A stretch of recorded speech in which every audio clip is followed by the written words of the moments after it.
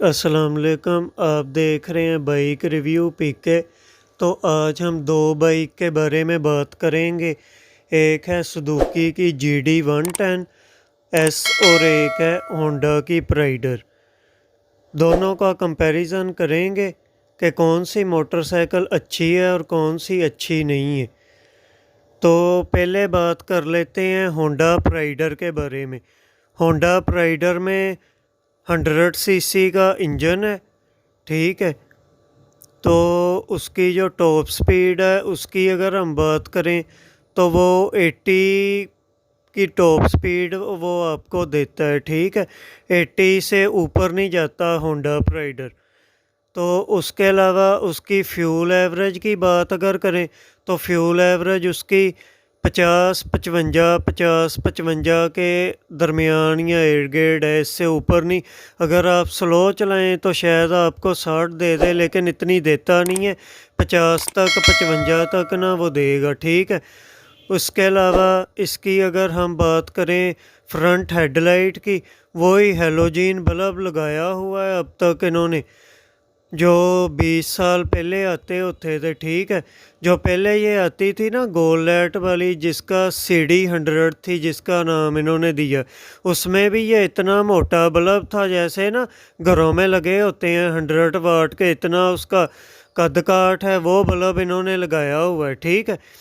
तो उसका जो रात के वक़्त फोकस है ना, आधे लोग तो ना प्राइडर लेने के बाद उसमें HID ज़रूर डलवाते ही डलवाते हैं, या वो लैदा से मिलती हैं फॉग लाइट, वो डलवाते हैं, ठीक है। सीट है जो उसकी वो भी ठीक ठाक ही है, ना इतनी गंदी है ना इतनी अच्छी है, ठीक है। ना इतनी कम कंफर्टेबल है ना इतनी ज़्यादा कंफर्टेबल है। तो बकायदा उसकी जो बात करें हम रोड की या ऑफ रोडिंग की, अगर आप कहीं खड्डों वाली सड़क पर, तो पहली बात तो हम पाकिस्तान में रहते हैं, तो पाकिस्तान में सड़क बनती कब है, ठीक है। ज़्यादातर सड़क खड्डों वाली आपको मिलेगी। लाहौर, कराची, इस्लामाबाद शहरों को छोड़ के बाकी सब का यही हाल है, ठीक है। तो इसीलिए प्राइडर को ना इतनी कंफर्टेबल भी नहीं है। तो आप अगर उसको ज़्यादा यहाँ पर चला लें ना, जिसको कहते हैं हम पंजाबी में भी मंड लें, तो बाद में उसके खड़के, उसके इशू, उसका पिछला प्लास्टिक हिल जाता है, उसकी टेल खड़कने लग जाती है, ठीक है। उसके फ्रंट में जो प्लास्टिक हैं वो ख़राब होने लग जाते हैं। तो उसका हेड है जो फ्रंट पे जो हेड है इंजन का, वो आप देख लें कि 70 जितना ही है, 70 से थोड़ा सा बड़ा होगा, लेकिन शेप उसकी है, ठीक है। ये प्राइडर है। और प्राइडर इतनी ज़्यादा ना, मैं नहीं कहता कि किसी भी बंदे को प्राइडर ज़्यादा लेनी चाहिए, और उसका जो रेट है वो 1,34,000 रुपया है प्राइडर का, ठीक है। अब हम बात करते हैं सुजुकी 110 GDS जो है ना। तो सुजुकी 110 है, उसमें सबसे पहले तो बटरफ्लाई कारपोरेटर है, ठीक है। उसकी जो आपको एवरेज मिलेगी ना, अगर आप उसको जैसे चलाते हैं 60-80 तक अगर चलाएंगे, तो उसकी एवरेज आपको 60 या 65 दे देगी, ठीक है। या 70 भी वो दे देती है, कईयों से सुना है कि वो 70 प्लस भी गई है, ठीक है। फ्रंट पे उसकी हेडलाइट की अगर बात करें सुजुकी GD110 की, तो उसमें फ्रंट पे राड लगा हुआ है, ठीक है। उसका फोकस है ना जो राड का, जो YBR वगैरह में आता है, उसका वो फोकस है। उसकी हाई बीम भी है, लो बीम भी है, और उसमें डिपर भी आ जाता है। प्राइडर में डिपर भी नहीं है, अगर आप मेन रोड पर जा रहे हो तो उसका डिपर भी बड़ा अच्छा काम करता है, ठीक है। उसके अलावा उसकी मीटर की हम बात करें तो मीटर में वो आपको गेयर भी, गेयरों वाली LED सुजुकी ने दी हुई है, ठीक है। ऊपर की साइड ना, फ्रंट की साइड, उस पर 1 2 3 4 तक वो चारों के चारों गेयर आपको बताती है कि आप कौन से गेयर में किस वक्त जा रही हैं। तो उसकी टॉप स्पीड की अगर बात करें तो टॉप स्पीड ना उसकी 110 और 10 के बाद 120 तक ना वो इजीली चले जाती है। आपको मैं बताता चलूँ, तीसरे गियर में ना वो 80 पर होती है, 80 क्रॉस कर लेती है, और चौथे गियर में 110 120 वो चले जाती है। ठीक है, आराम से जितनी उसकी मीटर पर लगी हुई है ना सुइयाँ, जितनी भी उन्होंने बताई है उतना ही वो मारती है। ठीक है, अब प्राइडर का मीटर देखें, ये स्क्रीन पर शो हो रहा होगा ना, उसमें गेयर है, गेयर इंडिकेटर आपको नहीं बताएगा। ठीक है ना, उसमें साइड वाले जो इशारे हैं वो इतने अच्छे हैं। ठीक है, अभी आपको जैसे सुजुकी में एक क्लासिक लुक के इशारे उन्होंने दिए हैं, भी ये राइट चल रहा है या लेफ़्ट चल रहा है, ऐसे ना इसमें नहीं है जो प्राइडर।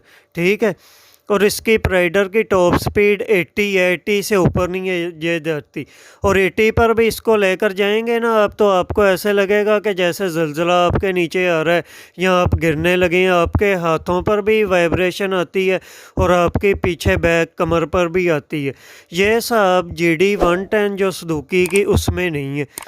वो आप 110 पर भी अगर जा रहे हो ना, 110 पर भी आपको ना आपके हाथों को इतनी वाइब्रेशन महसूस कराएगी, ना आपकी बैक को कराएगी। ठीक है, उसके अलावा उसमें मील भी हैं कि आप रोज़ाना की अपनी रूटीन सेट कर सकते हैं कि आप सुबह से लेकर रात तक, शाम तक कितना आप फिर कर आए हैं, कितने आपने किलोमीटर साड़े हैं, कितने का आपका पेट्रोल था, ये भी आप उसमें सेट कर सकते हैं। किलोमीटर भी हैं, मील भी हैं। ठीक है, उसके बाद उसकी आ जाते हैं प्राइस की तरफ। तो प्राइस उसकी है 2 लाख रुपया। ठीक है, सीधी सी बात है, 2 लाख उसकी प्राइस है। मेरे हिसाब से अगर आप देखें ना तो उसकी प्राइस थोड़ी सी ज़्यादा है, उसको ना 1.5 लाख की होना चाहिए था।